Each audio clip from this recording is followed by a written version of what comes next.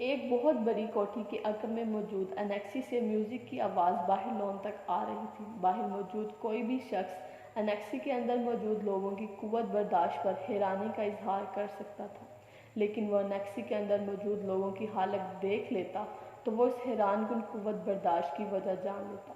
Annexe کے اندر موجود 6 لڑکے جس حالت میں تھے، اس حالت میں اس سے زیادہ تیز اور بلند میوزک بھی ان پر اثر انداز نہ ہو سکتا تھا، اور جہاں تک 7ویں لڑکے کا تعلق تھا، وہ ایسی کسی چیز سے متاثر نہیں ہوتا تھا۔ انیکسی کا وہ کمرہ اس وقت دھوئیں کے مرغولوں اور عجیب قسم کی بو سے بھرا ہوا تھا۔ قدیم پر ایک مشہور ریسٹورنٹ سے لائے گئے کھانے کے کھلے ہوئے ڈبے اور ڈسپوزیبل پلیٹیں، چمچے بھی پڑے تھے۔ قالین پر کھانے پینے کی بچی کچی چیزیں اور ہڈیاں بھی ادھر ادھر پھینکی گئی تھیں۔ سافٹ ڈرنک کی پلاسٹک کی بوتلیں بھی ادھر ادھر لڑکھ رہی تھیں۔ کیچپ کی بوتلوں سے نکلنے والی کیچپ قالین کو کچھ اور بدنما بنا رہی تھی۔ وہ 7 لڑکے اسی قالین پر ایک دوسرے سے کچھ فاصلے پر براجمان تھے۔ ان کے سامنے قالین پر بیئر کے خالی کینز کا ایک ڈھیر بھی لگا ہوا تھا، اور تفریح کا یہ سلسلہ وہیں تک نہیں رکا تھا۔ اس وقت وہ ان ڈرگس کو استعمال کرنے میں مصروف تھے جن کا انتخاب ان میں سے ایک نے کیا تھا۔ پچھلے 2 ماہ میں وہ تیسری بار اس ایڈونچر کے لیے اکٹھے ہوئے تھے، اور ان 3 مواقع پر وہ 4 مختلف قسم کے ڈرگس استعمال کر چکے تھے۔ پہلی بار انہوں نے وہ ڈرگ استعمال کی تھی جو ان میں سے ایک کو اپنے باپ کے دراز سے ملی تھی۔ دوسری بار انہوں نے جو ڈرگ استعمال کی تھی وہ انہوں نے اپنے ایک اسکول فیلو کے توسط سے اسلام آباد کے ایک کلب سے خریدی تھی، اور وہ اس بار جو ڈرگ استعمال کر رہے تھے وہ انہوں نے ایک ٹرپ پر راولپنڈی کی ایک مارکیٹ میں افغان سے خریدی تھی۔ تینوں مواقع پر انہوں نے ان ڈرگس کے ساتھ الکحل کا استعمال کیا تھا، جس کا حصول ان کے لیے مشکل نہیں تھا۔ اس وقت بھی ان 7 لڑکوں میں سے 6 لڑکے پوری طرح نشے میں تھے۔ ان میں سے ایک ابھی بھی کانپتے ہاتھوں کے ساتھ ڈرگ کو سونگھنے کی کوشش کر رہا تھا، جبکہ 2 لڑکے سگریٹ پیتے ہوئے باقی لڑکوں کے ساتھ ٹوٹی پھوٹی گفتگو کر رہے تھے۔ صرف 7واں لڑکا مکمل طور پر ہوش میں تھا۔ اس لڑکے کا چہرہ پمپلز، محاسوں سے بھرا ہوا تھا، اور اس کے گلے میں موجود ایک سیاہ تنگ ڈوری میں 3-4 تانبے کی عجیب سی شکلوں کے زیورات پروئے ہوئے تھے۔ ایلوس پریسلے سٹائل کے کالرز والی ایک چیکڈ ڈارک بلیو شرٹ کے ساتھ ایک بےہودہ سی سرمئی جینز پہنے ہوئے تھا، جس کے دونوں گھٹنوں پر میڈونا کا چہرہ پینٹ کیا گیا تھا۔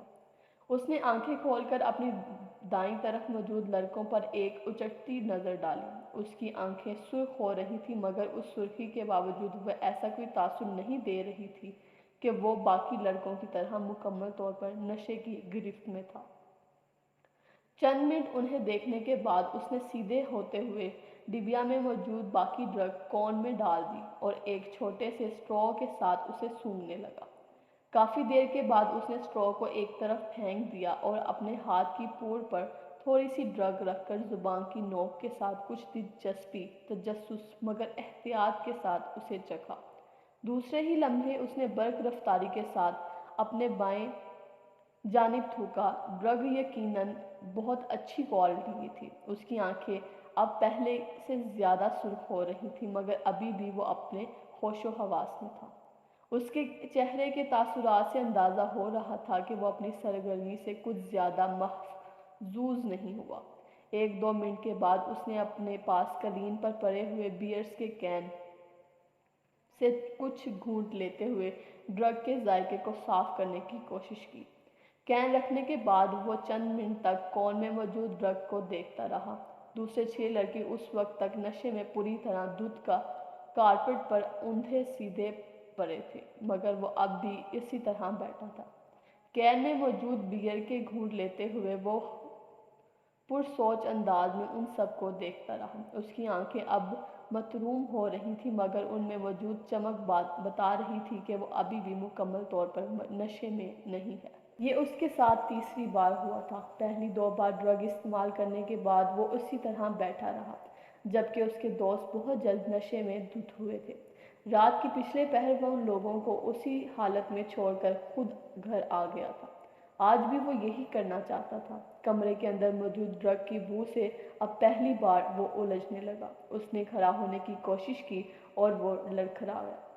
اپنی لڑکھڑاہٹ پر قابو پاتے ہوئے وہ سیدھا کھڑا ہو گیا۔ نیچے جھک کر اس نے کارپیٹ سے کیرنگ، والیٹ اور کریڈٹ کارڈ اٹھائے، پھر آگے بڑھ کر اس نے اسٹیریو کو بند کر دیا۔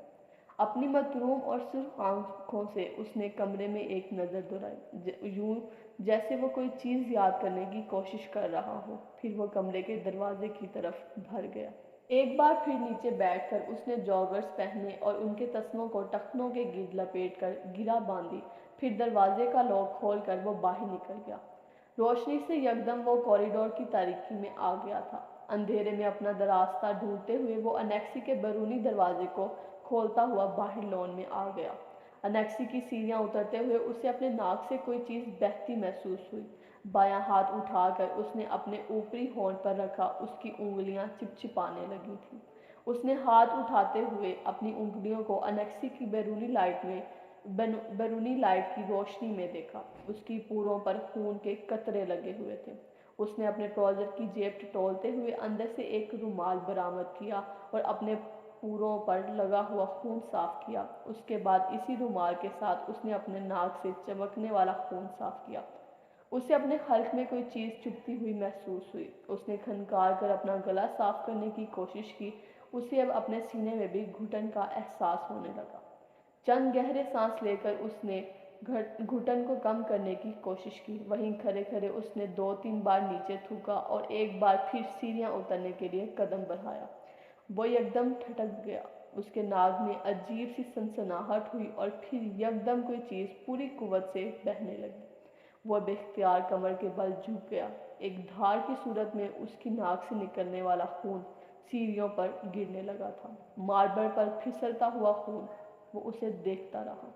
گولف کلب میں تقریب تقسیم انعامات منعقد کی جا رہی تھی۔ 16 سالہ سالار سکندر بھی انڈر 16 کی کیٹیگری میں 7 انڈر پر کے سکور کے ساتھ پہلی پوزیشن کی ٹرافی وصول کرنے کے لیے موجود تھا۔ سکندر عثمان نے سالار سکندر کا نام پکارے جانے پر تالیاں بجاتے ہوئے اس ٹرافی کیبنٹ کے بارے میں سوچا، جس میں اس سال انہیں کچھ مزید تبدیلیاں کروانی پڑیں گی۔ سالار کو ملنے والی شیلڈز اور ٹرافیز کی تعداد اس سال بھی پچھلے سالوں جیسی ہی تھی۔ ان کے تمام بچے ہی پڑھائی میں بہت اچھے تھے، مگر سالار سکندر باقی سب سے مختلف تھا۔ ٹرافیز، شیلڈز اور سرٹیفکیٹ کے معاملے میں وہ سکندر عثمان کے باقی بچوں سے بہت آگے تھا۔ 150 آئی کیو لیول کے حامل اس بچے کا مقابلہ کرنا ان میں سے کسی کے لیے ممکن تھا بھی نہیں۔ فخریہ انداز میں تالیاں بجاتے ہوئے سکندر عثمان نے دائیں طرف بیٹھی ہوئی اپنی بیوی سے سرگوشی میں کہا، یہ گولف میں اس کی 13ویں اور اس سال کی 4تھی ٹرافی ہے۔ ہر چیز کا حساب رکھتے ہو تم۔ اس کی بیوی نے مسکراتے ہوئے جیسے قدرے ستائشی انداز میں اپنے شوہر سے کہا، جس کی نظریں اس وقت مہمان خصوصی سے ٹرافی وصول کرتے ہوئے سالار پر مرکوز تھیں۔ صرف گولف کا، اور کیوں، وہ تم اچھی طرح جانتی ہو۔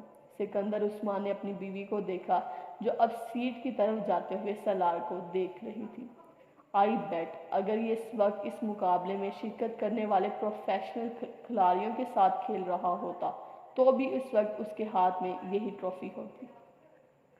سکندر عثمان نے بیٹے کو دور سے دیکھتے ہوئے کچھ فخریہ انداز میں دعویٰ کیا۔ سالار اب اپنی سیٹ کے اطراف میں موجود دوسری سیٹوں پر موجود دوسرے انعامات حاصل کرنے والوں سے ہاتھ ملانے میں مصروف تھا۔ ان کی بیوی کو سکندر عثمان کے دعوے پر کوئی حیرانی نہیں ہوئی، کیونکہ وہ جانتی تھی سالار کے بارے میں یہ ایک باپ کا جذباتی جملہ نہیں تھا، وہ واقعی اتنا ہی غیر معمولی تھا۔ اسے 2 ہفتے پہلے اپنے بھائی زبیر کے ساتھ اسی گولف کورس پر 18 ہول پر کھیلا جانے والا گولف کا میچ یاد آیا۔ رف میں اتفاقاً گر جانے والی ایک بال کو وہ جس صفائی اور مہارت کے ساتھ واپس گرین پر لایا تھا، اس نے زبیر کو مہر حیرت کر دیا۔ وہ پہلی بار سالار کے ساتھ گولف کھیل رہا تھا۔ مجھے یقین نہیں آ رہا۔ 18 ہول کے خاتمے تک کسی کو بھی یہ یاد نہیں تھا کہ اس نے جملہ کتنی بار بولا تھا۔ رف سے کھیلی جانے والی اس شاٹ نے اگر اسے مہوے حیرت کیا تھا تو سالار سکندر کے پٹرز نے اسے دم بخود کر دیا تھا۔ گیند کو ہول میں جاتے دیکھ کر اس نے کلب کے سہارے کھڑے کھڑے صرف گردن موڑ کر آنکھوں ہی آنکھوں میں سالار سکندر اور اس ہول کے درمیان موجود فاصلے کو ماپا تھا، اور جیسے بے یقینی سے سر ہلاتے سالار کو دیکھا۔ آج سالار صاحب اچھا نہیں کھیل رہے۔ زبیر نے مڑ کر بے یقینی کے عالم میں اپنے پیچھے کھڑے کیڈی کو دیکھا جو گولف کارٹ پکڑے سالار کو دیکھتے ہوئے بربرا رہا تھا۔ ابھی بھی یہ اچھا نہیں کھیل رہا؟ زبیر نے استہزائیہ انداز میں کلب کے کیڈی کو دیکھا۔ ہاں صاحب، ورنہ بال کبھی رف میں نہ جاتی، کیڈی نے بڑے معمول کے انداز میں انہیں بتایا۔ آپ آج یہاں پہلی بار کھیل رہے ہیں اور سالار صاحب پچھلے 7 سال سے یہاں کھیل رہے ہیں۔ میں اسی لیے کہہ رہا ہوں کہ آج وہ اچھا نہیں کھیل رہے۔ کیڈی نے زبیر کی معلومات میں اضافہ کیا اور زبیر نے اپنی بہن کو دیکھا جو فخریہ انداز میں مسکرا رہی تھی۔ اگلی بار میں پوری تیاری کے ساتھ آؤں گا اور اگلی بار کھیل کی جگہ کا انتخاب بھی میں کروں گا۔ زبیر نے کچھ خفت کے عالم میں اپنی بہن کے ساتھ سالار کی طرف جاتے ہوئے دیکھا۔ اینی ٹائم اینی پلیس، کسی بھی وقت کسی بھی جگہ، انہوں نے سالار کی طرف سے اپنے بھائی کو پورے اعتماد انداز میں چیلنج کرتے ہوئے کہا۔ میں تمہیں ایک ویک اینڈ پر ٹی اے اور ڈی اے کے ساتھ کراچی بلوانا چاہتا ہوں، انہوں نے سالار کے قریب پہنچ کر ہلکے پھلکے انداز میں کہا۔ سالار مسکرایا۔ کس لیے؟ میرے بیہاف پر تمہیں کراچی چیمپئنز آف کامرس کے صدر کے ساتھ ایک میچ کھیلنا ہے۔ میں اس بار الیکشنز میں اس سے ہارا ہوں، مگر وہ اگر کسی سے گولف کا میچ ہار گیا تو اسے ہارٹ اٹیک ہو جائے گا، اور وہ بھی ایک بچے کے ہاتھ میں۔ So let's settle the scores. وہ اپنے بھائی کی بات پر ہنسی تھی، مگر سالار کے ماتھے پر چند بل نمودار ہو گئے تھے۔ بچہ، اس نے ان کے جملے میں موجود واحد قابل اعتراض لفظ پر زور دیتے ہوئے اسے دہرایا۔ میرا خیال ہے انکل، مجھے کل آپ کے ساتھ 18 ہولز کا ایک اور گیم کرنا پڑے گا۔ اسجد دروازہ کھول کر اپنی ماں کے کمرے میں داخل ہوا۔ امی، آپ سے ایک ضروری بات کرنی ہے۔ ہاں کہو، کیا بات ہے؟ اسجد صوفے پر بیٹھ گیا۔ آج ہاشم انکل کی طرف نہیں گئی؟ نہیں، کیوں، خاص بات ہے؟ ہاں، امامہ اس ویکنڈ پر آئی ہوئی ہے۔ اچھا، آج شام کو چلیں گے۔ تم گئے تھے وہاں؟ شکیلہ نے مسکراتے ہوئے کہا۔ ہاں، میں گیا تھا۔ کیسی ہے وہ؟ اس بار تو خاصے عرصے کے بعد آئی ہے، شکیلہ کو یاد آیا۔ ہاں، 2 ماہ کے بعد۔ شکیلہ کو اسجد کچھ الجھا ہوا لگا۔ کوئی مسئلہ ہے؟ امی، مجھے امامہ پچھلی کافی عرصے سے بہت بدلی لگ رہی ہے، اس نے ایک گہرا سانس لیتے ہوئے کہا۔ بدلی؟ کیا مطلب؟ مطلب تو میں شاید آپ کو نہیں سمجھا سکتا، بس اس کا رویہ میرے ساتھ کچھ عجیب سا ہے، اسجد نے کندھے اچکاتے ہوئے کہا۔ آج تو وہ ایک معمولی سی بات پر ناراض ہو گئی، پہلے جیسے کوئی بات ہی نہیں رہی اس میں سمجھ نہیں پا رہا کہ اس سے ہوا کیا ہے۔ تمہیں وہم ہو گیا ہوگا اسجد، اس کا رویہ کیوں بدلنے لگا؟ تم کچھ زیادہ ہی جذباتی ہو کر سوچ رہے ہو۔ شکیلہ نے اسے حیرانی سے دیکھا۔ نہیں امی، پہلے میں بھی یہی سمجھ رہا تھا کہ شاید مجھے وہم ہو گیا ہے، لیکن اب خاص طور پر آج مجھے اپنے یہ احساسات وہم نہیں لگے تھے۔ وہ بہت اکھڑے ہوئے انداز میں بات کرتی رہی مجھ سے۔ تمہارا کیا خیال ہے، اس کا رویہ کیوں بدل گیا ہے؟ شکیلہ نے برش میز پر رکھتے ہوئے کہا۔ یہ تو مجھے نہیں پتا۔ تم نے پوچھا اس سے؟ ایک بار نہیں، کئی بار۔ پھر ہر بار آپ کی طرح وہ یہی کہتی ہے کہ مجھے غلط فہمی ہو گئی ہے، اس نے کندھے اچکاتے ہوئے کہا۔ کبھی کہتی ہے اسٹڈیز کی وجہ سے ایسا ہے، کبھی کہتی ہے اب وہ میچور ہو گئی ہے اس لیے۔ یہ ایسی کوئی غلط بات تو نہیں ہے، ہو سکتا ہے واقعی یہ بات ہو، شکیلہ نے کچھ سوچتے ہوئے کہا۔ امی، بات سنجیدگی کی نہیں ہے، مجھے لگتا ہے وہ مجھ سے کترانے لگی ہے، اسجد نے کہا۔ تم فضول باتیں کر رہے ہو اسجد، میں نہیں سمجھتی کہ ایسی کوئی بات ہوگی۔ ویسے بھی تم دونوں تو بچپن سے ایک دوسرے کو جانتے ہو، ایک دوسرے کی عادت سے واقف ہو۔ شکیلہ کو بیٹے کے خدشات بالکل بے معنی لگے۔ ظاہر ہے عمر کے ساتھ کچھ تبدیلیاں آ ہی جاتی ہیں، اب بچے تو رہے نہیں ہو تم لوگ، تم معمولی باتوں پر پریشان ہونے کی عادت چھوڑ دو، انہوں نے بیٹے کو سمجھاتے ہوئے کہا۔ ویسے بھی ہاشم بھائی اگلے سال اس کی شادی کر دینا چاہتے ہیں، وہ کہہ رہے تھے کہ وہ بعد میں اپنی تعلیم مکمل کرتی رہے گی، کم از کم تو وہ اپنے فرض سے سبکدوش ہو جائیں۔ شکیلہ نے انکشاف کیا۔ انکل نے ایسا کہا؟ اسجد کچھ چونکا۔ کئی بار کہا ہے، میرا خیال ہے وہ لوگ تو تیاریاں بھی کر رہے ہیں۔ اسجد نے اطمینان بھرا سانس لیا۔ ہو سکتا ہے ماما اسی وجہ سے قدرے پریشان ہو۔ ہاں ہو سکتا ہے، بہرحال یہی صحیح ہے، اگلے سال شادی ہو جانی چاہیے، اسجد نے کچھ مطمئن ہوتے ہوئے کہا۔ 16-17 سال کا ایک دبلا پتلا مگر لمبا لڑکا تھا۔ اس کے چہرے پر بلوغت کا وہ گہراوا نظر آ رہا تھا جسے ایک بار بھی شیو نہیں کیا گیا تھا۔ وہ اس رویے نے اس کے چہرے کی معصومیت کو برقرار رکھا تھا۔ وہ سپورٹ شارٹس اور ایک ڈھیلی ڈالی شرٹ پہنے ہوئے تھا۔ اس کے پیروں میں کاٹن کی جرابیں اور جوگرز تھے۔ چوئنگم چباتے ہوئے اس کی آنکھوں میں ایک عجیب طرح کی بے چینی اور اضطراب تھا۔ وہ اس وقت ایک پرہجوم سڑک کے بیچوں بیچ ایک ہیوی ڈیوٹی موٹر سائیکل پر بیٹھا ہوا تیزی سے تقریباً اسے اڑائے لے جا رہا تھا۔ وہ کسی قسم کے ہیلمٹ کے بغیر تھا اور بہت ریش انداز میں موٹر سائیکل کو چلا رہا تھا۔ اس نے 2 دفعہ سگنل توڑا، 3 دفعہ خطرناک طریقے سے کچھ گاڑیوں کو اوورٹیک کیا، 4 دفعہ بائک چلاتے چلاتے اس کا اگلا پہیہ اٹھا دیا اور کتنی ہی دیر دور تک صرف ایک پہیے پر بائک چلاتا رہا۔ 2 دفعہ دائیں بائیں دیکھے بغیر اس نے برق رفتاری سے اپنی مرضی کا ٹرن لیا۔ ایک دفعہ وہ زگ زیگ انداز میں بائک چلانے لگا۔ 6 دفعہ اس نے پوری رفتار سے بائک چلاتے ہوئے اپنے دونوں پاؤں اٹھا دیے۔